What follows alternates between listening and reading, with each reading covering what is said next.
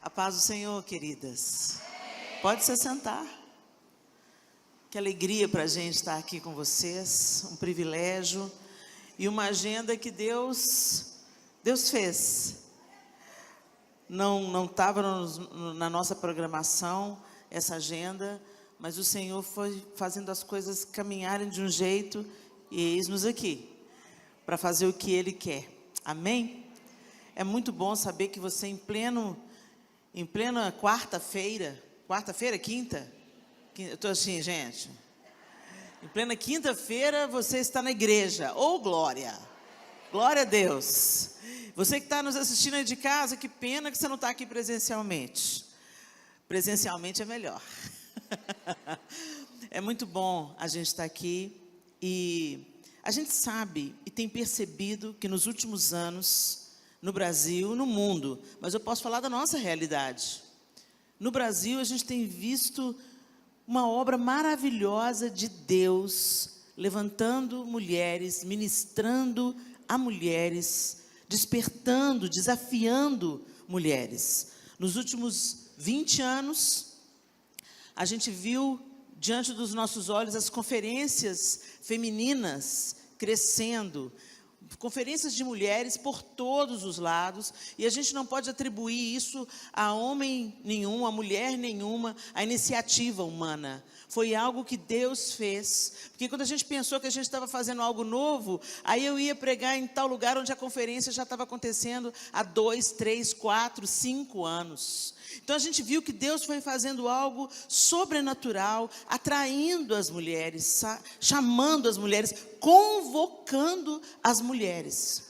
E a gente para pensar, mas por que Deus? Algumas mulheres chegam perto de mim e falam assim, olha, eu já estou recebendo muito, estou aprendendo muito, mas vocês têm que fazer alguma coisa para fazer conferência de homens, porque só eu que estou crescendo, só eu que estou sendo alimentada, só eu que estou sabendo o que está acontecendo, e nossos maridos estão ficando para trás. E aí a gente se lembra de Provérbios que diz assim, que a mulher sábia edifica a casa. Aí a gente pensa assim, mas olha lá, já vem mais uma coisa para os nossos ombros. Pelo amor de Deus, a gente já é mãe, já menstrua, já tem menopausa, TPM. Ai, meu Deus, mas essa agora?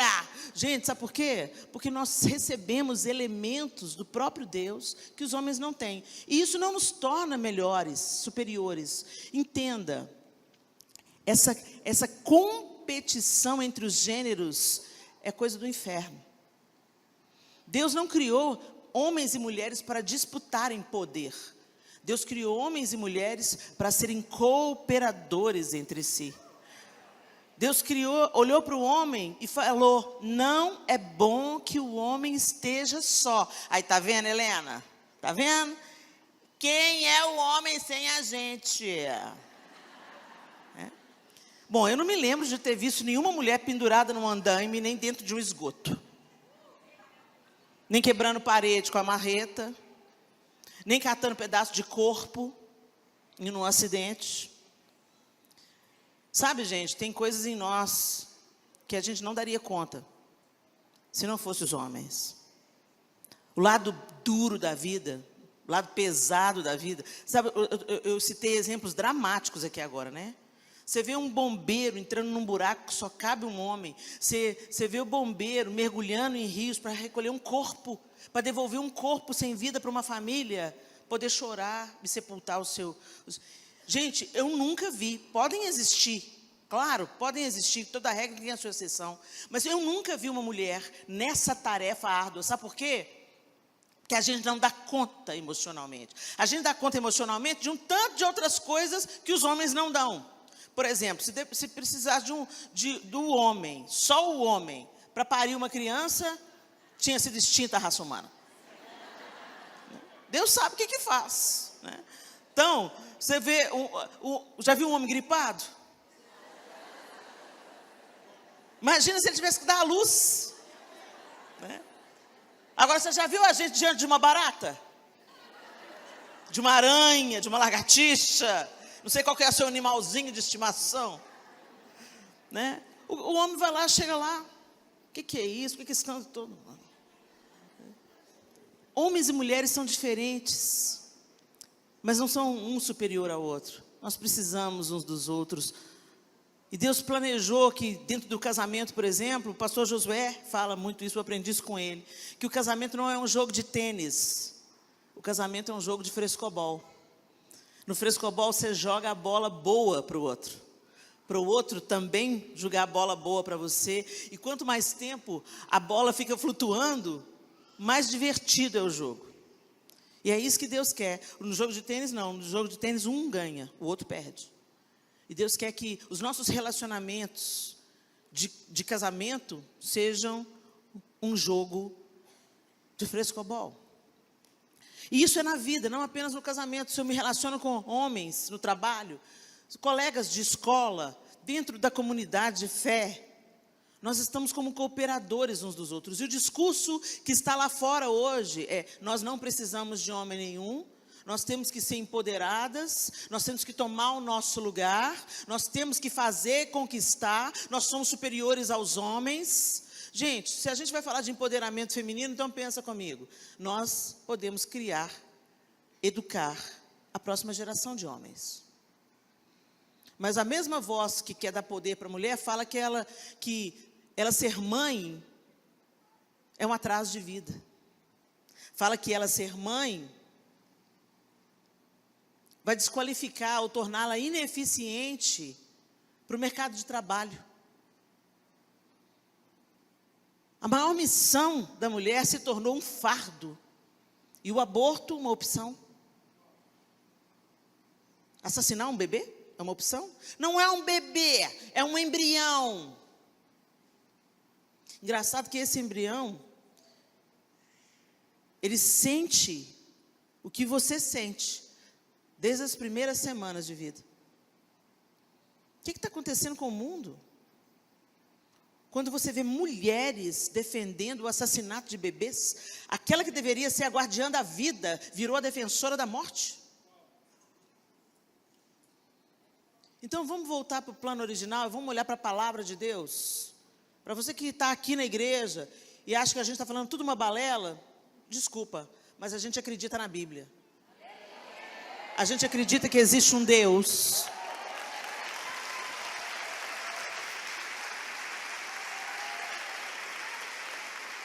Você tem todo o direito de não acreditar. Nós não queremos enfiar goela abaixo a nossa fé, mas nós também não queremos nos calar sobre aquilo que cremos. Então nós queremos dizer a você que está nos assistindo, e você que está aqui hoje, nós acreditamos que há um Deus, Criador de todas as coisas, do céu e da terra. Nós acreditamos que Ele inspirou homens ao longo da história humana para escrever a sua inerrante palavra. Nós acreditamos que a Bíblia é o manual do fabricante. Nós acreditamos que a Bíblia é o nosso manual de fé, o nosso manual de vida. Não, a Bíblia não é um livro equivocado. Se você começa a estudá-la com seriedade, você vai descobrir um livro fascinante, sobrenatural, escrito em torno de 1500 anos, por 40 autores distintos e que contam uma mesma história linear. O Antigo Testamento profetiza, o Novo Testamento cumpre, de Gênesis a Apocalipse, sem fragmento. A Bíblia é a palavra de Deus. E é isso que nós acreditamos, e ela dirige os nossos dias, e nós não queremos ser apenas estudiosos e leitores da palavra de Deus, nós queremos estudar, ler e deixar que ela mude o nosso pensamento, e um novo pensamento gere em nós uma nova maneira de viver. Então eu quero dizer para você, não adianta você ser frequentador de uma comunidade de fé, não adianta você gostar do grupo social que é a igreja. A igreja é um lugar gostoso, e esse lugar especialmente confortável, as cadeiras são confortáveis, as pessoas são agradáveis, você foi bem recebido, bem tratado, a música é agradabilíssima aos ouvidos, é tudo tão bom, tudo pensado para te dar conforto e foco, para que você absorva completamente o que está sendo dito aqui na frente, para que você seja consolada, encorajada, levantada, erguida, corrigida, porque isso tudo é o que a Bíblia faz com a gente. A Bíblia não fica só alisando e dizendo, Deus é amor, Deus é amor, Deus é amor. O amor também corrige, o amor também confronta, o amor também dá limites. Isso que estão chamando de amor não é amor, o amor que aceita tudo, o amor que não se compromete, o amor que não presta contas, o amor que só pensa em si mesmo, no seu próprio bem-estar. Isso não é amor. Porque eu amo o meu marido, eu presto contas a ele. Porque eu amo o meu marido, eu não me deito com outro homem. Porque eu amo o meu marido, eu sou leal à aliança que eu fiz com ele. Porque eu amo o meu marido, eu tenho responsabilidade. E porque eu amo os meus filhos, eu tenho responsabilidades. Porque eu amo os meus pais, eu tenho responsabilidade de honrá-los. O amor se compromete. O amor não aceita tudo. O amor perdoa tudo. O amor suporta tudo. Mas não aceita tudo. Então a gente tem que entender. Pô, de onde você tirou isso? Da Bíblia. A palavra de Deus, a inerrante palavra de Deus me ensina isso. E aí nós cremos na Bíblia. E algumas pessoas começaram a dizer que a Bíblia não é toda a palavra de Deus, que só algumas coisas é a palavra de Deus. A gente não questiona a palavra de Deus, sabe por quê? Porque se a gente entende hoje que existe um Deus, nós ficamos sabendo isso pela Bíblia. Nós acreditamos que Jesus Cristo não é apenas um profeta ou um cara que fez diferença na história e marcou a história entre antes de Cristo e depois de Cristo. Ele não é apenas uma figura mítica ou política. Jesus Cristo é o Filho de Deus que encarnou para nos reconciliar com Deus, uma vez que o homem deu as costas para o seu Criador e começou a viver a vida à sua própria maneira. E é porque a gente escolheu viver a própria maneira que o mundo está no estado que está. Se todo mundo obedecesse a palavra de Deus, honrando, não mentindo, não cobiçando, não amando mais ao dinheiro do que amando as pessoas, a gente não estava no caos que a gente está. Nós estamos no caos em que estamos porque estamos inseridos em um contexto de queda. Porque embora Jesus Cristo tenha vindo, pagado o preço pela nossa vida, para nos ter de volta e nos reconciliar com Deus Pai, muitos continuam escolhendo dar as costas para o Criador, vivendo a sua própria maneira. Mas eu quero te dizer que ser frequentador de igreja não significa que você está perto de Deus. Deus te chama para um relacionamento com Ele 7 dias por semana, 24 horas por dia. E que a gente deixe a palavra de Deus entrar pelos ouvidos, cair no coração, entrar pela mente e gerar um novo comportamento. Helena, por que você está falando tudo isso? Porque nunca foi tão necessário cristianizar cristãos. Tem muita gente que fala que é cristão, que usa camiseta de cristão, que frequenta a igreja de cristãos, mas que não se parece em absolutamente nada com Jesus o Cristo.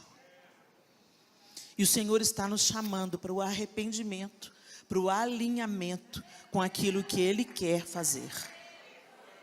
Recebemos aí por 20 anos a palavra, o ensino, o encorajamento, buscando a valorização da figura feminina. E para sermos valorizadas, nós não precisamos de passar por cima ou desautorizar a figura masculina. Nós entendemos que homens e mulheres têm propósitos distintos e um coopera com o outro, um respeita a autoridade do outro, um se submete ao outro. E essa não é, porque às vezes quando fala esposas, sujeitem-se aos seus maridos, a gente lê com os olhos desse século. Sendo que no mesmo texto de Efésios, alguns versículos acima fala, sujeitem-se uns aos outros no amor do Senhor. Submissão, sujeição é respeito ao outro. Respeitando a autoridade do outro, a posição do outro como filho de Deus. Não é um lugar de ser humilhado, de ser capacho, de ser abusado. Mas submissão é o lugar comum do crente, não é só da mulher, não, é do crente. Então nós como mulheres cristãs, deveria ser uma coisa simples, a gente poder se submeter. Porque isso não tira nada de nós. Mas meu marido é abusivo. Então nós precisamos de educar o seu marido. Orar por ele. E eu não estou falando de abusivo, gente, de violência doméstica, não. Violência doméstica, polícia lida com isso. Entrou na violência doméstica, você chama a polícia, ok? Você chama a polícia para um marido abusivo verbalmente, aquele marido que te destrói, que te demole, ou aquele que bate. Isso nunca deveria ser falado numa igreja. Como não, Helena? Porque é inadmissível um cara que se diz cristão bater numa mulher. Por isso, daí a necessidade de nós cristianizarmos cristãos. Anunciar de novo o evangelho para quem diz que crê, que não tem nada a ver com a Bíblia. E nessa noite eu queria chamar para essa nossa conversa o exemplo de algumas mulheres. Abra sua Bíblia comigo em Gênesis, capítulo 16. E nós vamos ler do verso 1 ao verso 5.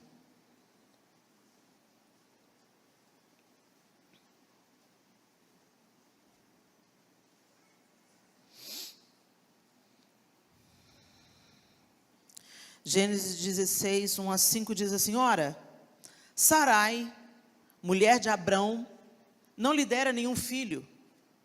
Como tinha uma serva egípcia chamada Agar, disse a Abraão: já que o Senhor me impediu de ter filhos, possua a minha serva, talvez eu possa formar família por meio dela. Abraão atendeu a proposta de Sarai. Quando isso aconteceu, já fazia 10 anos que Abrão, seu marido, vivia em Canaã. Foi nessa ocasião que Sarai, sua mulher, lhe entregou sua serva egípcia Agar.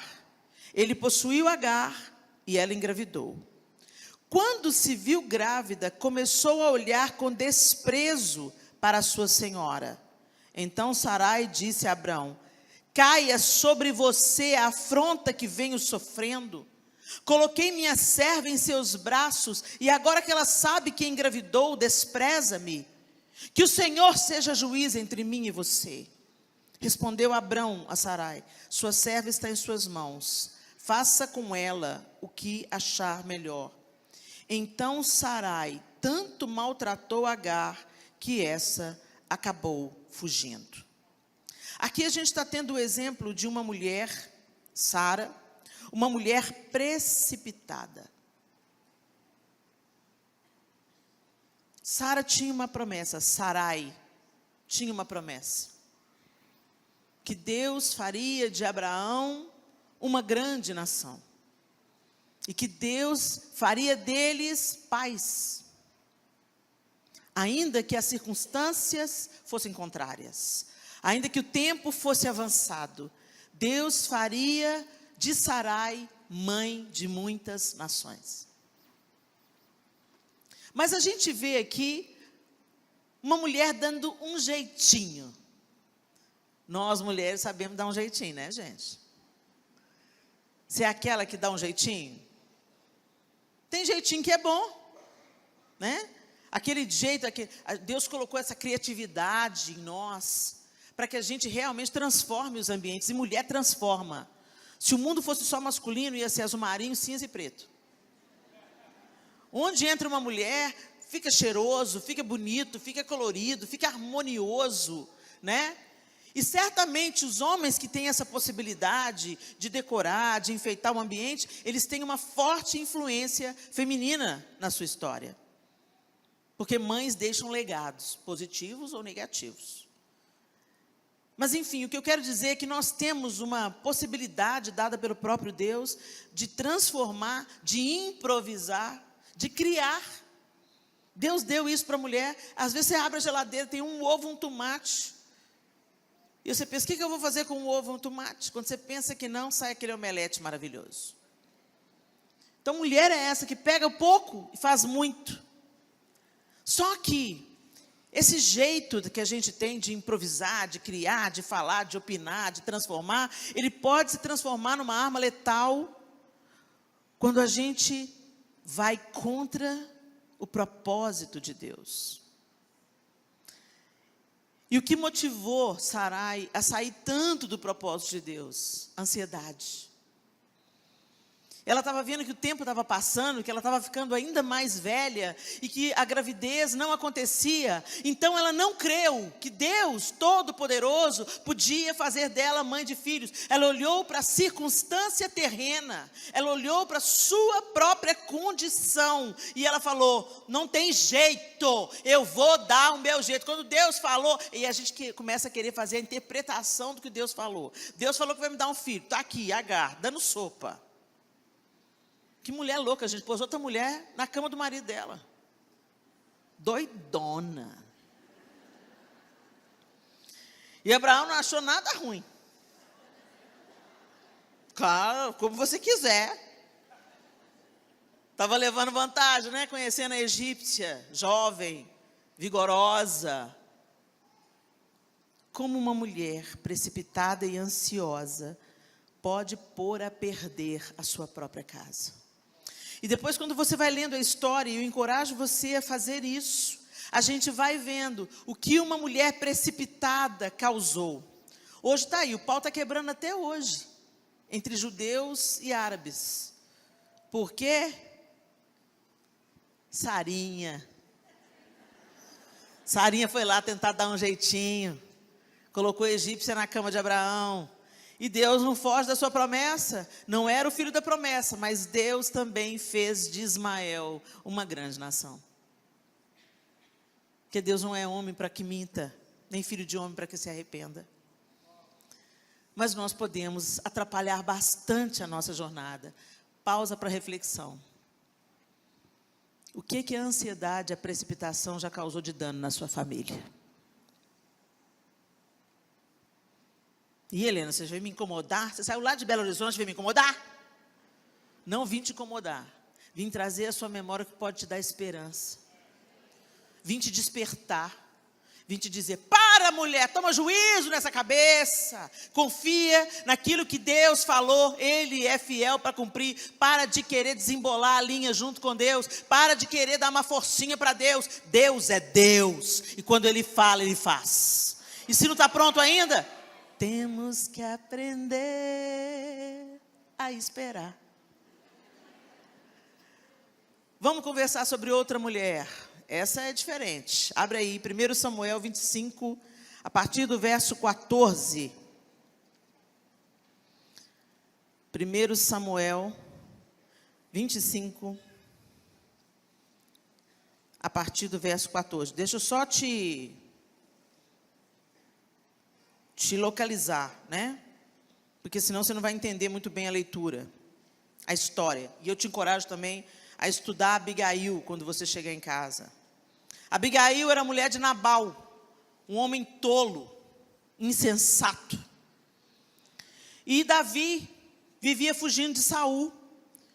Vivia pelos desertos, pelas cavernas e tal. E quando ele estava no Carmelo, os pastores de Nabal, que era um homem muito rico, tinha muitos rebanhos, estavam ali pelo Carmelo, e Davi e os seus valentes ajudavam os pastores de Nabal a preservar a vida dos rebanhos.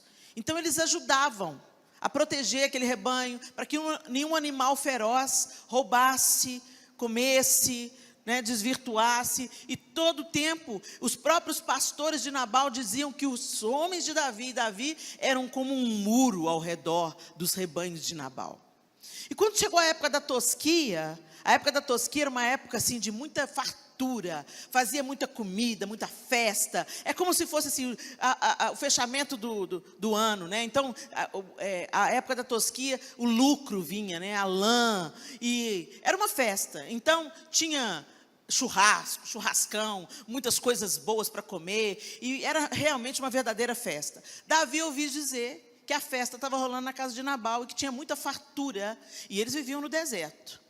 Então, ele manda alguns representantes à casa de Nabal e fala: olha, se lembrem do tempo que nós ajudamos vocês a preservar o seu rebanho. Agora que chegou a época da tosquia, que vocês estão celebrando, né, e colhendo o fruto do trabalho de vocês, se lembrem de nós e sejam benevolentes para conosco. Ou seja, o que ele estava pedindo? Comida. Ajuda a gente. Só que Nabal, o doidão, falou, nesse caso aqui o doidão é um homem. Ele falou assim: quem é Davi? Hã? fingiu demência. Falou, não conheço. Hoje tem muita gente aí que foge aos seus senhores, eu vou ter certeza que... Ele já sabia, ele já tinha tido testemunho, mas ele fez de bobo. E aí, quando os moços, quando os caras que estavam servindo ao lado de Nabal, os funcionários de Nabal, escutaram como ele tratou os servos de Davi, os servos de Davi voltaram, contaram para Davi, Davi falou, vão descer e matar todo mundo. Vão matar todos os homens da casa de Nabal. Davi ficou bravo. Quando os jovens e os empregados de Nabal foram onde? Na mulher de Nabal. E a gente lê aí a partir do verso 14.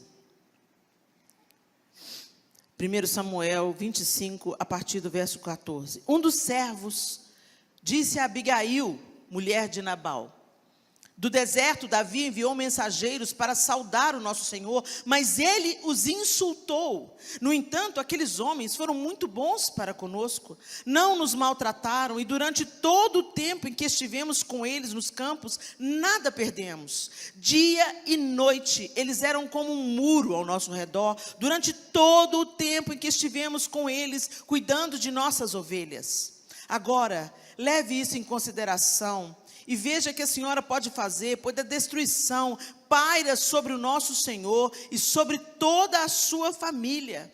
Ele é um homem tão mau que ninguém consegue conversar com ele. Verso 18. Imediatamente, Abigail pegou 200 pães, 2 vasilhas de couro cheias de vinho, 5 ovelhas preparadas, 5 medidas de grãos torrados, 100 bolos de uvas passas e 200 bolos de figos prensados, e os carregou em jumentos e disse a seus servos, vocês vão na frente, eu os seguirei. Ela, porém, nada disse a Nabal, seu marido.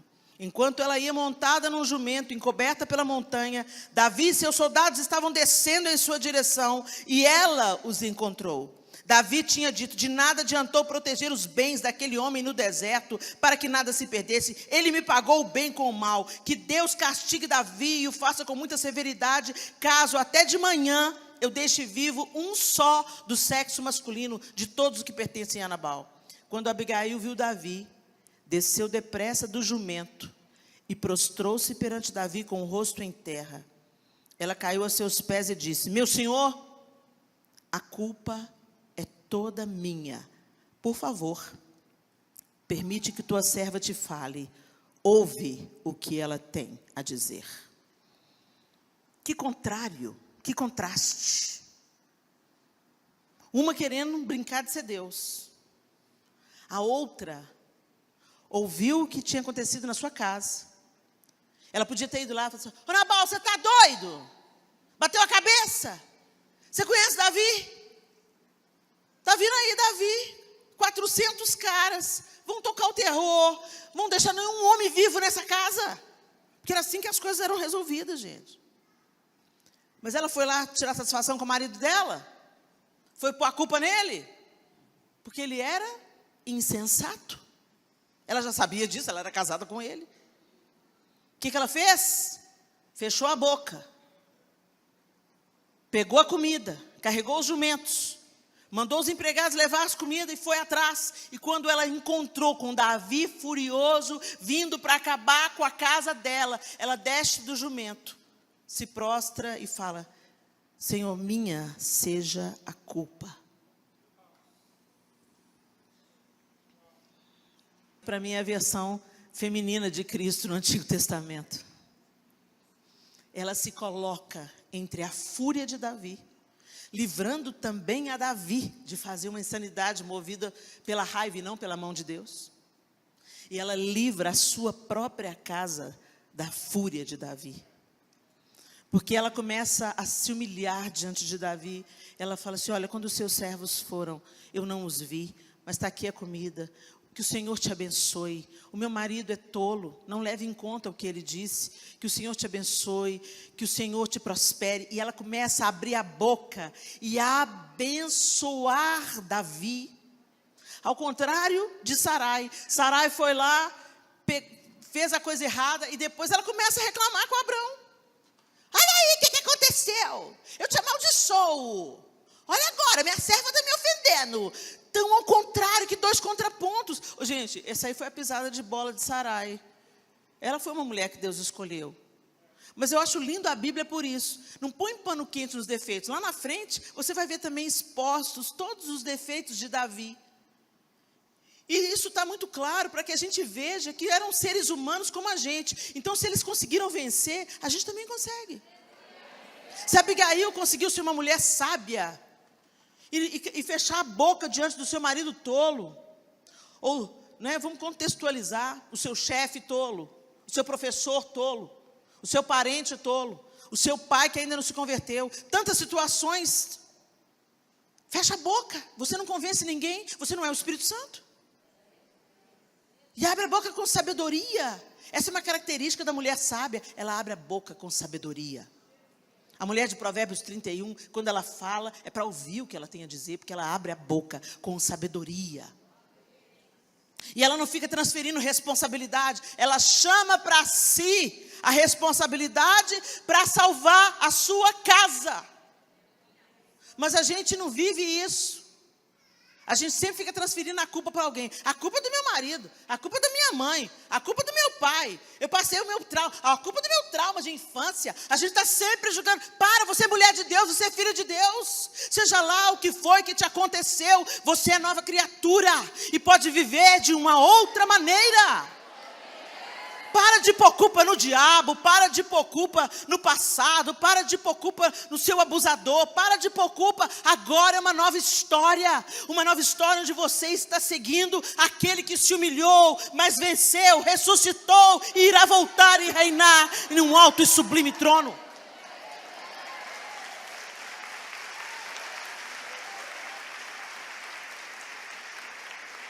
Então quem sabe que é vencedor, gente, quem sabe que é vencedor, quem não tem problema de identidade, sabe que é filha de Deus, não tem problema de se humilhar.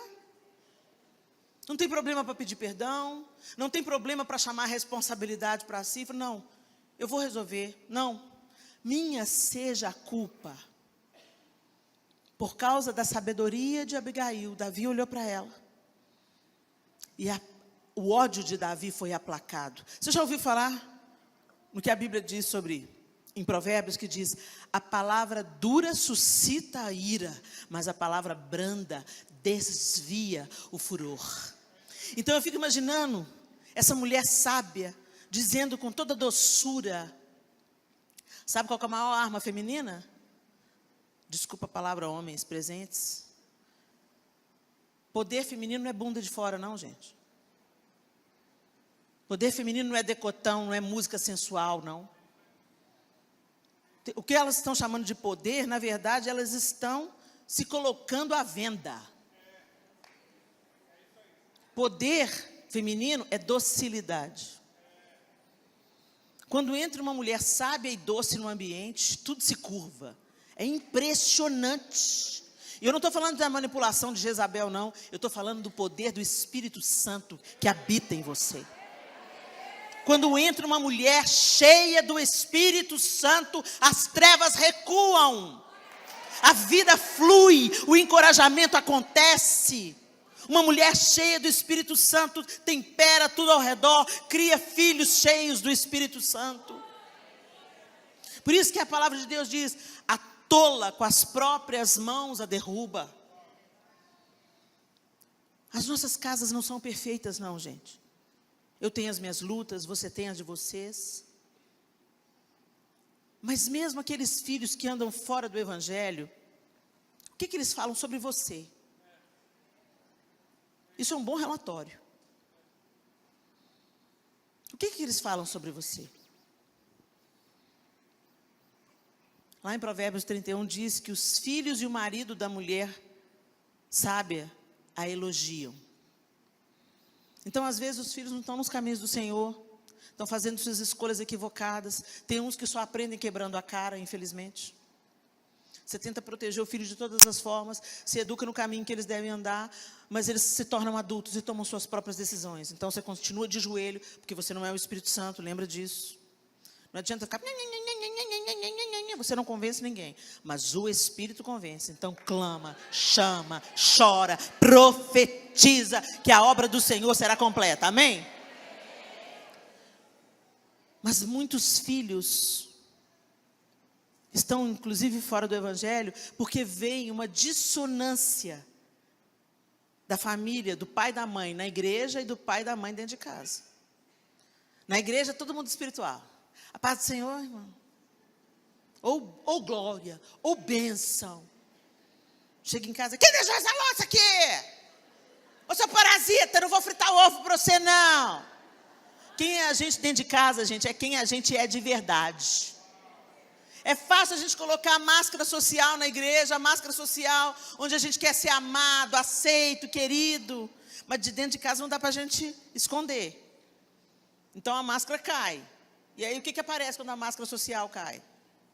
Quem é você dentro de casa? Abigail era tão benquista dentro de casa, que os empregados, quando viram o que Nabal estava fazendo, eles foram, ô patrão, que isso, patrão? Davi vai passar o rodo na gente. Foi isso que eles falaram? Não. Foram em quem tinha cabeça boa.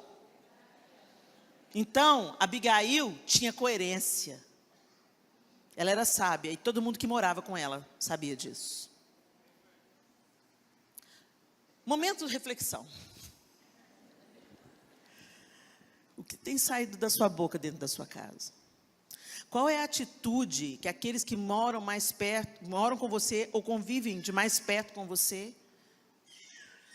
têm diante da sua palavra, diante do seu conselho? Eles buscam conselho em você?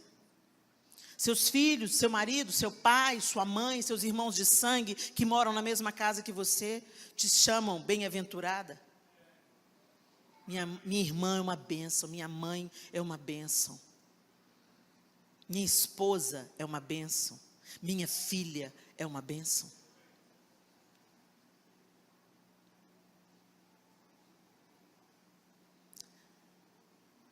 Eu não estou trazendo acusação para você, gente. Eu estou realmente trazendo despertamento. E aí, quando a gente... Já que a gente citou tantas vezes Provérbios, eu queria discorrer agora um pouco sobre o livro de Provérbios, que fala de uma questão específica. Quando a gente olha para Sara e para Abigail, a gente viu duas mulheres diferentes, mas como que a sabedoria ou a insensatez se manifestavam através dessas mulheres? Através da palavra. Gente, o nosso principal inimigo não é o diabo. Nosso principal inimigo somos nós mesmos. E a nossa boca grande. Tiago diz que se nós controlarmos a nossa língua, seremos perfeitos. Já parou para pensar nisso? Já conseguiu controlar a sua? Eu não. Eu não consegui controlar a minha, não. Mas eu sigo firme no propósito. Sabe por quê, gente? Deixa eu contar para vocês uma coisa. O Espírito Santo ressuscitou Jesus dentre os mortos. O que ressuscitou Jesus? O poder do Espírito Santo. O mesmo poder que ressuscitou Jesus dentre os mortos habita em você. Não é doido isso? A gente não tem a menor ideia. O nosso cérebro, ele é limitado demais para compreender as coisas elevadíssimas do mundo espiritual. Mas o Senhor nos dá assim uns insights, uns vislumbres para a gente se organizar. Quando a gente vai em Jerusalém, a gente vê os judeus indo orar no Muro das Lamentações, e eu fui lá com as mulheres, né? E eu vou lá como uma coisa turística, interessante, uma cultura diferente. Tem os crentes que vai colocar o papelzinho no muro.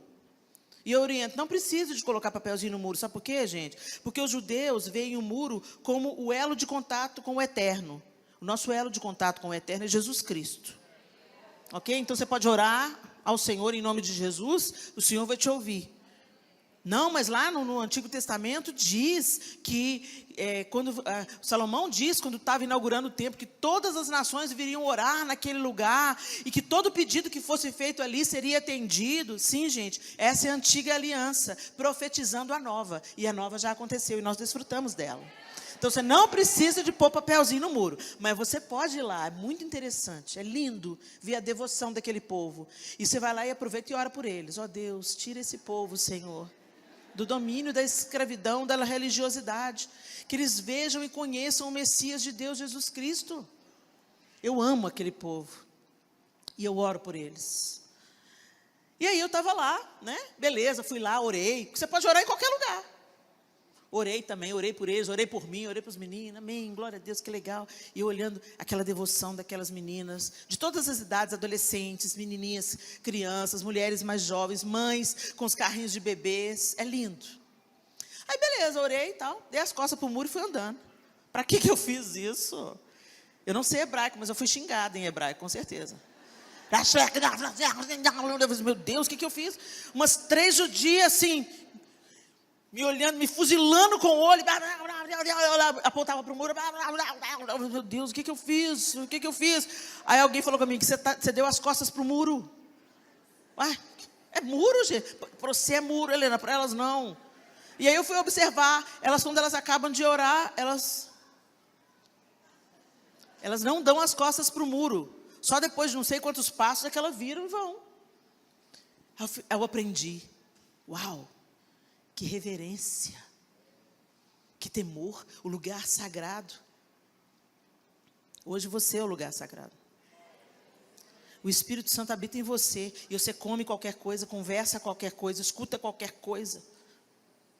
Coloca dentro dos seus olhos qualquer coisa. Nos falta reverência e consciência da presença do Espírito em nós. Se a gente tivesse a consciência da presença do Espírito em nós, nós descartaríamos da nossa vida os lixos que a gente coloca para dentro por todos os orifícios. E as coisas que saem da nossa boca que são morte. E aqui o livro de Provérbios está falando, e a gente está com 2 exemplos diante de nós, Sarai e Abigail. Uma mulher falando bobagem, sugerindo coisas erradas, precipitada, amaldiçoando o marido por aquilo que ela mesma sugeriu ele fazer. E aí a gente vê a outra mulher, que o marido é tolo, e ela se coloca como intercessora.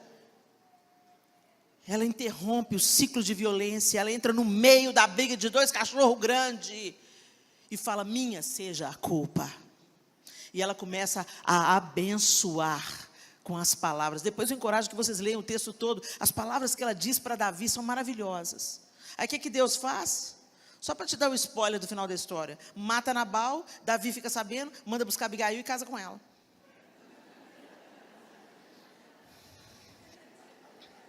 Hashtag fica a dica. Alguém fala para os homens para deixar de ser Nabal. Pelo amor de Deus. Ou seja, se Deus, deixa Deus se favorecer, não se meta a dar um jeito. Você vê, Abigail estava casada com um homem tolo. E Sarai estava casada com um homem justo, bom, amigo de Deus.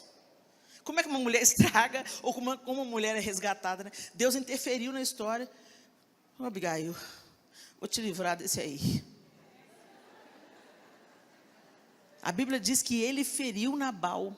Nabal, quando ouviu Abigail contando daquilo que ela... Primeiro, quando ela voltou, ele estava na cachaçada. Escornado. Ela esperou ele melhorar da cachaçada. Você sabe o que aconteceu, querido? Davi vinha aqui matar todo mundo. Por causa daquela palavra que você deu para os servos dele, tá? Mas está tudo bem agora. Ele levou um susto. Deve ter tido um piripaque no coração. Em 10 dias ele morreu. E aí Davi não é bobo nem nada. Bonita e sábia. Davi não era fácil, né? Ainda tem gente que fala que ele era do outro lado, né? Não, gente. Quem fala isso não leu a Bíblia. O problema de Davi era outro. Podia ver um rabo de saio. E aí a gente está com esses 2 exemplos dessas 2 mulheres. E Provérbios 18, 20 diz assim. Provérbios 18, 20 e 21. Do fruto da boca de cada um se fartará o seu ventre, dos renovos dos seus lábios ficará satisfeito. A morte e a vida estão no poder da língua, e aquele que a ama comerá do seu fruto. A gente pensa muito na lei da semeadura, na hora dos dízimos e ofertas. Todo mundo vem alegrinho. Você vê porque você sabe que você vai colher. Quem vive a realidade né? Nós não temos nada, Deus nos dá tudo. E a gente devolve 10% para Deus através dos dízimos, e quanto você quiser através das ofertas. E a gente prova da bondade, misericórdia e fidelidade de Deus quando a gente é fiel nisso. Porque Deus precisa do nosso dinheiro, gente? Não. A casa, a estrutura que nós estamos aqui precisa. Porque isso, sabe, telão, microfone, a passagem lá de avião para me trazer para cá, não brotou no chão, né, gente?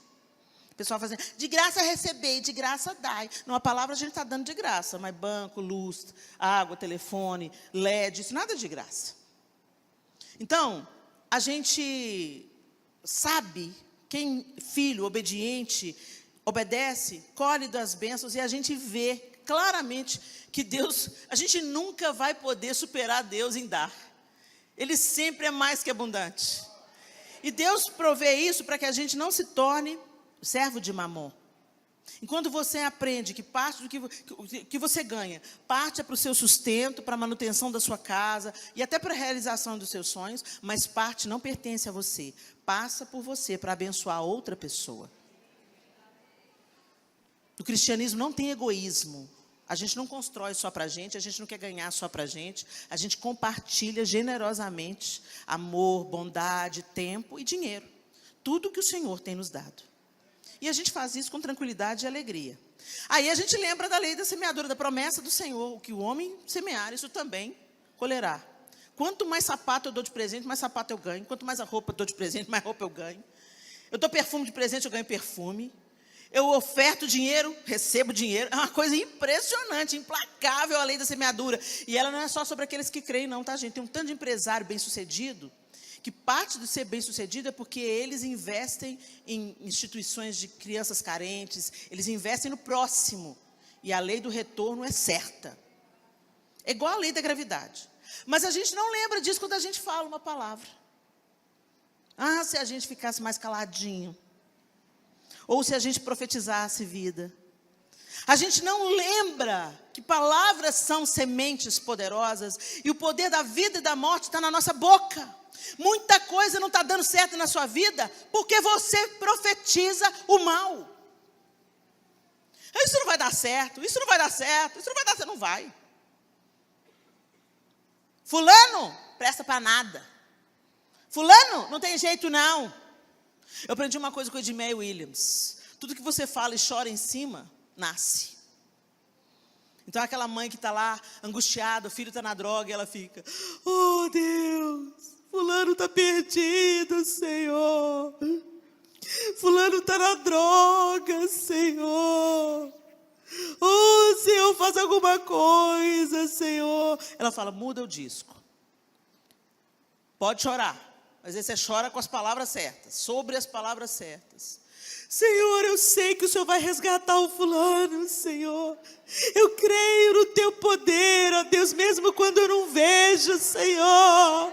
O Senhor é maravilhoso, está ouvindo a minha súplica, Senhor. Chora em cima que vai dar.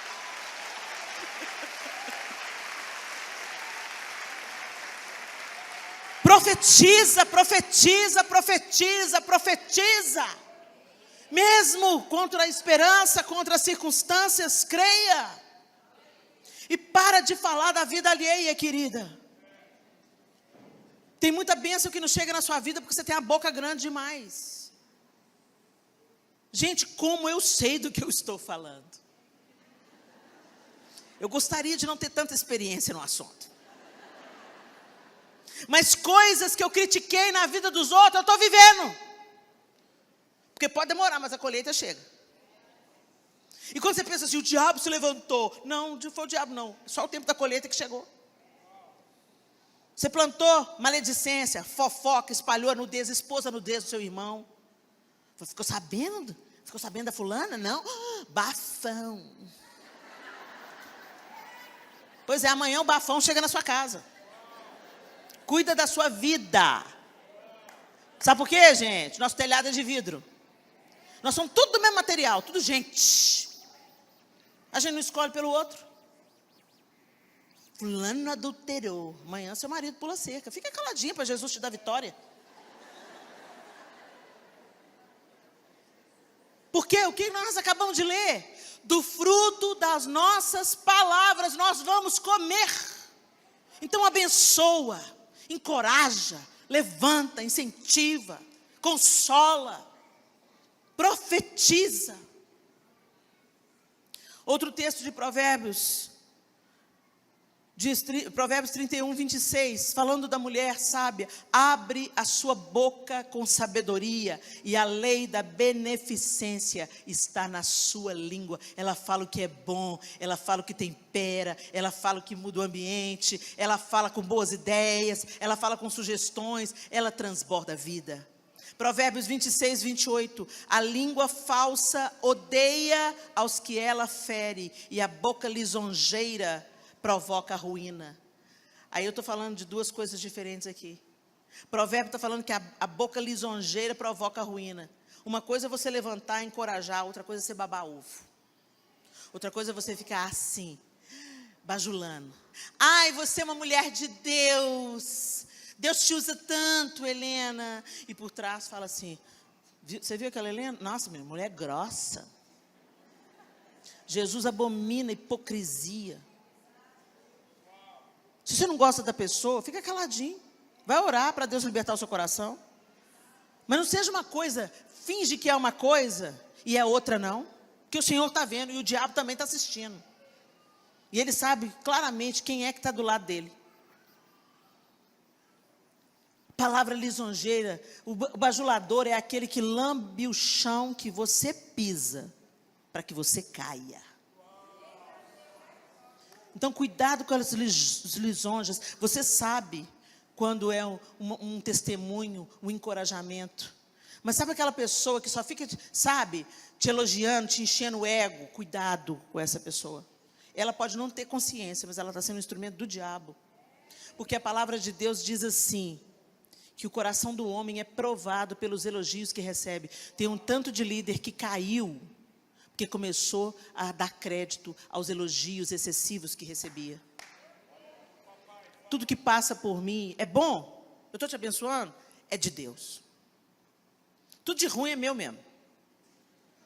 Mas tudo de bom que você vê saindo de mim, é pela graça, misericórdia e o poder de Deus que está sendo aperfeiçoado em mim.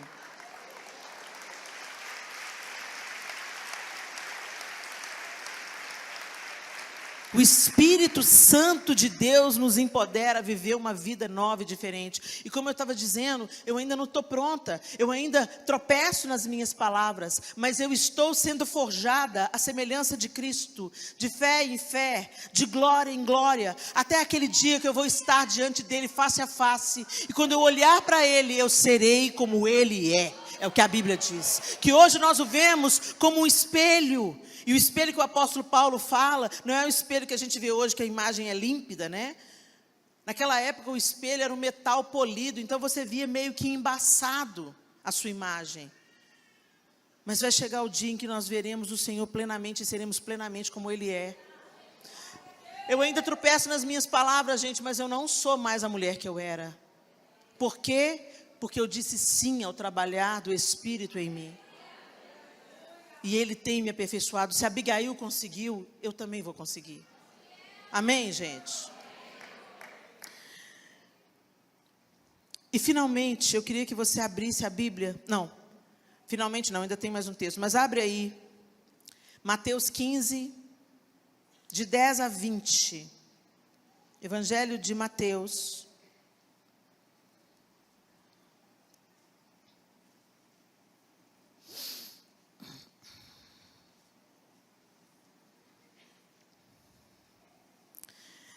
A partir do verso 10, o texto diz assim: Jesus chamou para junto de si a multidão e disse: ouçam e entendam.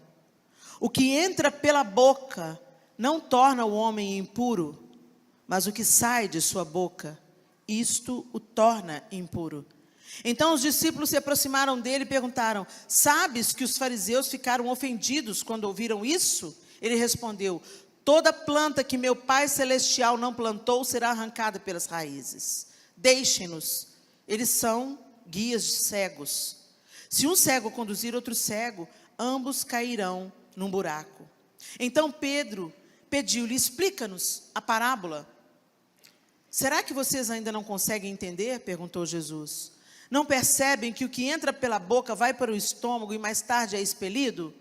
Mas as coisas que saem da boca vêm do coração, e são essas que tornam o homem impuro.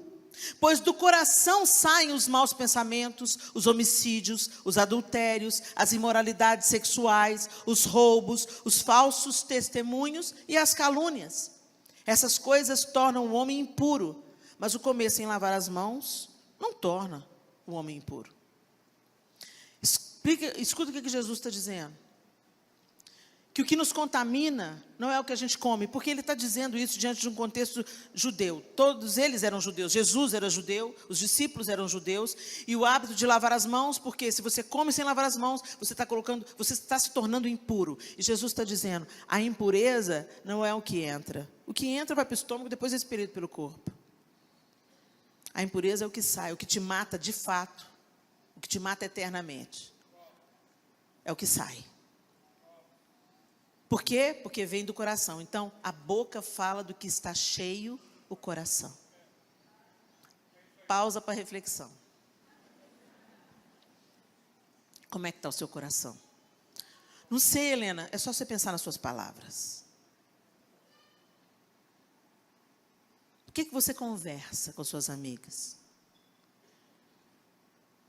O que você diz quando você não está no contexto de igreja? O que você diz quando não tem nenhum outro crente perto? É o raio-x do nosso coração. E quando Deus me fez entender isso, eu compreendi que por mais que eu fosse bem intencionada em reter as minhas palavras, elas funcionam até um certo ponto. Para eu realmente ter a minha boca santificada e as minhas palavras puras, eu preciso de cuidar da pureza do coração. E isso só Deus faz em nós, à medida que nós nos aproximamos dEle. Senta com Deus. Se relacione com Deus. Mas como que eu me relaciono com Deus, Helena? Leia a Bíblia e faça oração. Faça oração. Faça oração. Você escutou isso na escola dominical, nas 3 palavrinhas, né? Pois é, e é a pura verdade. É uma verdade muito simples. A oração é a parte que você fala. Ler a Bíblia é a parte que Deus fala. O povo está caçando os profetas, mas não leram a Bíblia. Eu acredito na palavra profética. Quando Deus quer te falar uma palavra profética, Ele te encontra. Para de fazer dos profetas de Deus pais de santo. Do mesmo jeito que o povo vai tomar um passe, o outro procura o profeta. Às vezes o profeta não tem palavra nenhuma. Aí você está fazendo o profeta pecar porque ele inventa uma palavra. Para você sair feliz. Eis que te digo, és filha muito amada. A Bíblia me diz isso. Eu creio na palavra profética, ela já me alcançou com um oceano inteiro. Eu nunca vi a pessoa que profetizou o meu chamado sobre mim. Nunca encontrei com ela pessoalmente. Deus te encontra. Agora você escuta Deus toda vez que você entra no quarto e lê a Bíblia. Não leia a Bíblia por religião. Leia porque você quer ouvir a voz do seu amado. Leia porque você quer conhecer o seu amado. Mas eu quero conhecer o Senhor. Eu quero estar na presença do Senhor. Eu quero sentir o Senhor. Oh, que delícia. Mas você não conversa com Ele. Você fala assim, você vai ter que orar pro resto da sua vida. O povo fala, misericórdia. Pro resto da minha vida?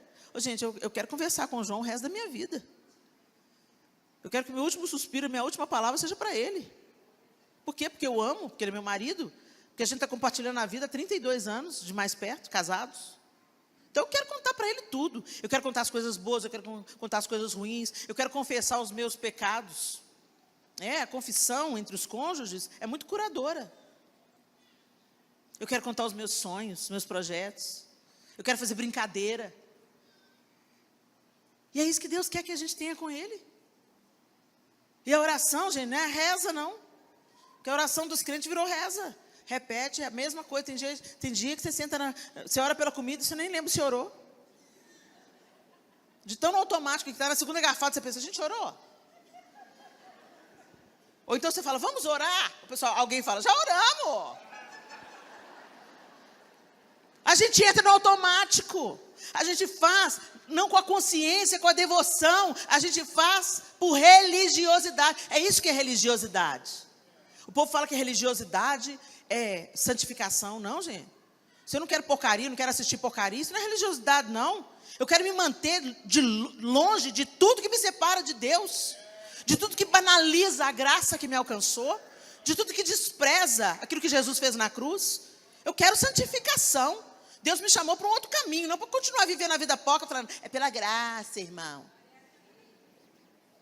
A graça não permite, não me dá carta branca para pecar, a graça me capacita a viver uma vida diferente. A rejeitar aquilo a que eu era escravizada, os desejos, os prazeres, aquilo que me apetece, e lentamente, gradativamente vai me separando do meu amado. A gente chega perto, a gente fala com Deus, a gente rasga o coração. Aí não é religiosidade, porque você não precisa chegar para Deus e falar, amantíssimo Pai, eterno Deus, em cuja presença, Senhor, nos encontramos. Ô, gente, tem que ter reverência, tá? Tem que ter reverência. Porque meu pai é meu pai. Eu brinco com ele, eu sento no colo dele, eu cheiro o cangote dele. Mas ele é meu pai, eu não trato ele de qualquer jeito. Eu não posso chegar lá no meu pai e falar, e aí, velho, beleza? Isso não é intimidade. O Senhor é meu pai, mas Ele é o rei. Sabe esse negócio? Não, Jesus é até um cara legal. Jesus não é um cara legal. Ele é o Salvador, Ele é o Redentor, Ele é a esperança, Ele é a brilhante estrela da manhã, Ele é o Cordeiro de Deus que tira o pecado do mundo, Ele é o Alfa, o Ômega, o princípio e o fim, a nossa esperança. Ele não é um cara legal. O cara legal é o João. O cara legal é o pastor. Clóvis é legal. O cara é legal. Mas Jesus é Jesus. Meu amado. Mas também meu rei.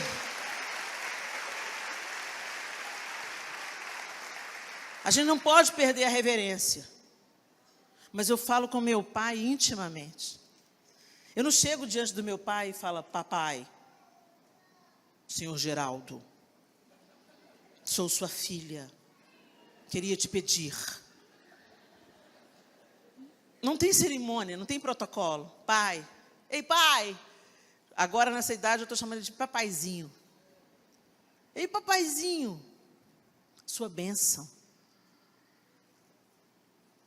Deus te abençoe, minha filha. E eu converso com ele normalmente. E aí pai, como é que está a semana? Você pode conversar com Deus normalmente. Senhor, quem já me assistiu aí no YouTube já sabe, né? Dessa oração. Põe as duas mãos em mim, Senhor, senão eu vou dar uma voadora. Tem misericórdia de mim, Senhor, me ajuda aqui, porque meu coração está ficando peludo. Sabe? Senhor, me perdoa, hoje minha fé está tão fraca. A incredulidade está rondando meu coração. Eu preciso que o Senhor venha aqui, Jesus, me enche com a sua esperança. Sabe, gente, rasga o coração, para de melodrama com Deus, porque Deus já sabe a sua oração antes dela sair da sua boca. Mas Ele quer que ela saia da sua boca, porque isso mostra a sua iniciativa de ter um relacionamento com Ele. E aí você fala, você chora, você conta para Ele você pode contar, Senhor, sabe o fulano? Pois é, Deus, está duro aguentar o fulano. Mas o Senhor deu conta de Pedro, Senhor, aquele precipitado, né? Estava andando armado, Senhor, lá no jardim, cortou a orelha do outro, Senhor, Pedro. Pois é, Senhor, eu estou aqui, ó, igualzinho, Pedro. Me ajuda, Jesus. Ele já sabe quem você é. Conversa com Ele, abre o jogo com Ele. Senhor, não estou dando conta do meu marido, não, Senhor, mas Ele é meu marido. Me ajuda, me dá sabedoria, Espírito Santo. Como é que eu falo com Ele? Me deixa entender, porque meu marido é assim, que ninguém é ruim de graça. Ninguém é ruim de graça. Tem uma história por trás de cada um de nós. Nós somos o fruto da nossa história. Por isso que a gente tem que ter uma história com Deus, que transforma todos os nossos dias. E finalmente eu queria que você abrisse o último texto dessa noite. Desculpa, gente, eu me avancei no horário, eu me empolgo. Eu me empolgo quando eu falo a palavra de Deus. Efésios capítulo 5. A partir do verso 15. Tem uma chave aqui para nós. Efésios 5, a partir do verso 15, diz assim: tenham cuidado com a maneira como vocês vivem, que não seja como insensatos, mas como sábios, aproveitando ao máximo cada oportunidade, porque os dias são maus. Portanto, não sejam insensatos, mas procurem compreender qual é a vontade de Deus. Não se embriaguem com o vinho, que leva à libertinagem, mas deixem-se encher pelo Espírito, falando entre vocês. O que, gente? Falando entre vocês, com salmos, hinos e cânticos espirituais, cantando e louvando de coração ao Senhor, dando graças constantemente a Deus Pai por todas as coisas, em nome de nosso Senhor Jesus Cristo.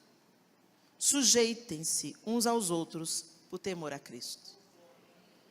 Gente, perceba, deixem-se encher pelo Espírito, em outras versões diz, enchei-vos do Espírito, está no imperativo. Vamos para a aula de português. Está no imperativo. E depois, tudo está no gerúndio. Ou seja, como que eu vou ser cheia do Espírito Santo? Como que eu vou cumprir o imperativo?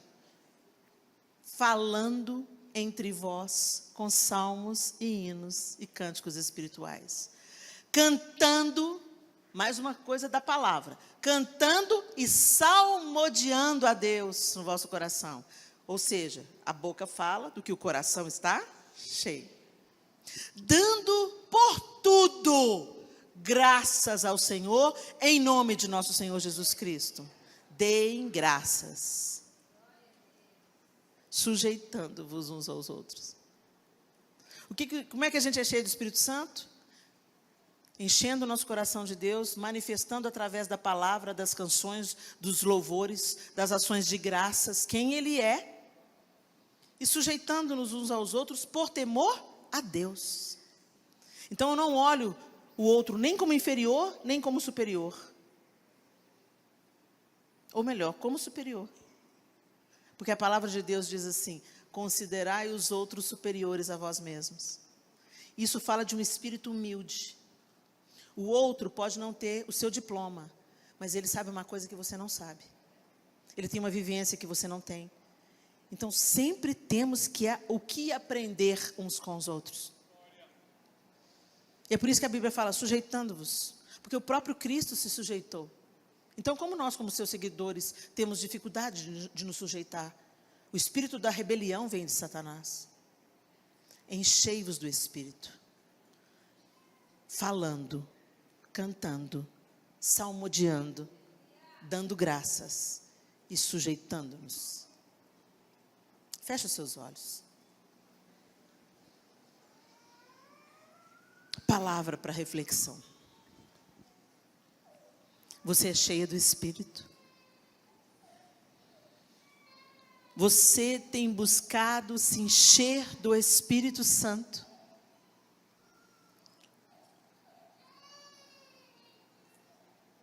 Nós temos nos enchido de tantas informações. Nós temos tanto acesso à informação o tempo todo. Na palma da nossa mão, uma gama enorme de informações. Informações sobre a vida do outro. Informações sobre a política. Informações sobre a guerra na Ucrânia. Informações sobre os desmandos desse tempo, sobre os absurdos desse tempo. E tantas vezes essas informações nos enchem de angústia, de tristeza e de incredulidade. Será que Deus se ausentou? Será que Deus não está vendo isso? E a gente começa a se angustiar, fica ansioso, preocupado. E a gente começa a chamar, ora vem Senhor Jesus, não porque a gente tem saudade e quer estar com Ele, mas porque a gente quer se livrar de uma vida pesada que a gente está vivendo aqui. Ou então, a gente nem se lembra de chamar pela volta de Cristo, porque a gente está tão empolgado com essa vida meia boca que Satanás propõe, que a gente não contempla o Senhor. Você para tantas horas diante do Facebook, diante do Instagram, diante do YouTube, mas não para ter um momento a sós com Deus, sem nenhuma influência tecnológica. Enchei-vos do Espírito assistindo ao Instagram? Não, enchei-vos do Espírito falando entre vós. Cuida da qualidade das suas conversas. Fala o que edifica. Interrompa conversas fiadas. Não seja um depósito de fofocas. A gente traz para a nossa vida muita maldição quando a gente dá ouvido à fofoca. A gente abriga a fofoca. Nós nos tornamos participantes daquela conversa que apaga o Espírito Santo em nós.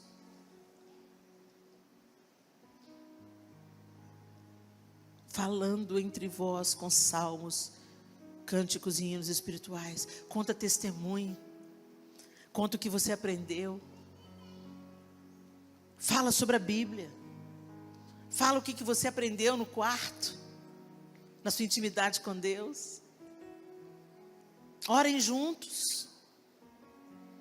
Partilhem histórias para que haja cura. Escute confissão, acolha a confissão. Tem gente que pode ser impedido de suicidar se você só abrigar com seus ouvidos, acolher com seus ouvidos. Escuta sem julgar, escuta sem acusar, escuta! Escuta com os ouvidos de Cristo. Escuta. Falando entre vós, quem um fala, o outro escuta, um fala e o outro escuta. Cantando e salmodiando. Vocês já leram os salmos? Os salmos ou são declarações do poder de Deus, ou são pedidos de socorro para o poder de Deus. O salmista, ele proclama quem Deus é, ou ele está falando, Senhor, socorre-me. O Senhor é meu pastor, nada me faltará. Ele está declarando o poder do Senhor. Então, que a gente passe a ser salmista no nosso coração. Que a gente se lembre dos feitos do Senhor para conosco. E que no dia mau, no dia da tribulação, que você fala, socorre-me, Senhor. Eleva os meus olhos para os montes. De onde me virá o socorro? O meu socorro vem do Senhor, que fez os céus e a terra. Porque estás abatida, ó minha alma. Espere em Deus, pois ainda o louvarei. A Ele o meu auxílio e Deus meu. Salmodiando a Deus no vosso coração. Dando graças. Jesus, todas as vezes que ele manifestou seus milagres, quando ele foi ressuscitar Lázaro, ele não falou, ó Senhor, eu te peço que o Senhor agora ressuscite Lázaro, que quebra as amarras da morte. Não, ele falou, Senhor, eu te dou graças. Eu te dou graças porque o Senhor está fazendo isso.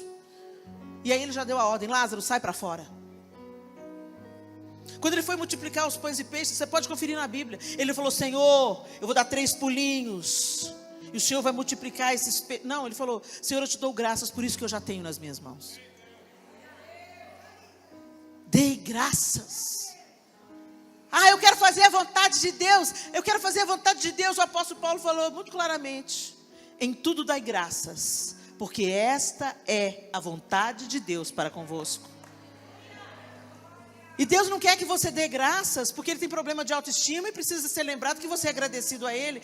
Ele quer te dar graças porque quando você dá graças, você reconhece o poder de Deus na sua vida. Você está dizendo, se está bom, o Senhor está aqui, se está ruim, o Senhor está aqui. Se eu estou podendo fazer, o Senhor está aqui. Se eu não estou podendo fazer, o Senhor está aqui. O Senhor sabe, porque eu tenho dono, eu sou sua. E se eu estou passando por isso, vamos embora lá, Senhor. É lição, vamos embora aprender. Graças ao Senhor porque o Senhor está me ensinando. Graças ao Senhor porque o Senhor não desistiu de mim. Graças ao Senhor porque eu estou atravessando a tribulação. E lá do outro lado eu vou sair uma mulher melhor, uma mãe melhor, uma esposa melhor. Graças ao Senhor. Agora eu abraço todas as mães do mundo com um outro olhar, com mais misericórdia, com mais confiança naquilo que Deus é capaz de fazer. Nada fica infrutífero nas mãos desse Deus majestoso. E é essa grande alegria de pertencer ao Senhor. Eu não estou solta por aí. Satanás não tem a última palavra na minha vida e nem na minha casa. Quem tem a última palavra é o Senhor. Dê graças. Dê graças. E sujeitem-se. Sujeitem-se à vontade de Deus. Entenda que o outro, você não é melhor do que ninguém. Mas o fulano não é crente. Ser crente não te faz superior não, minha linda. Ser crente te faz livre. Salva. Pela graça de Deus. Mas não superior. O crente que olha o outro de cima para baixo não entendeu nada. Porque o outro que está vivendo uma vida porca agora, ele é tão alvo do amor e da misericórdia de Deus quanto você. E a gente pode aprender muita coisa com aqueles que pensam completamente diferente da gente. Isso é humildade. Senhor, nós te bendizemos por essa noite. Nós agradecemos pela tua graça e misericórdia renovada sobre nós todos os dias.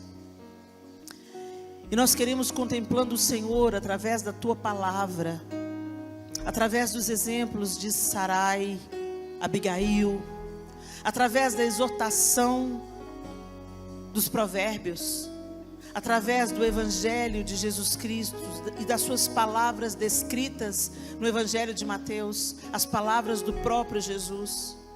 Queremos acolher o ensinamento do apóstolo Paulo à igreja em Éfeso.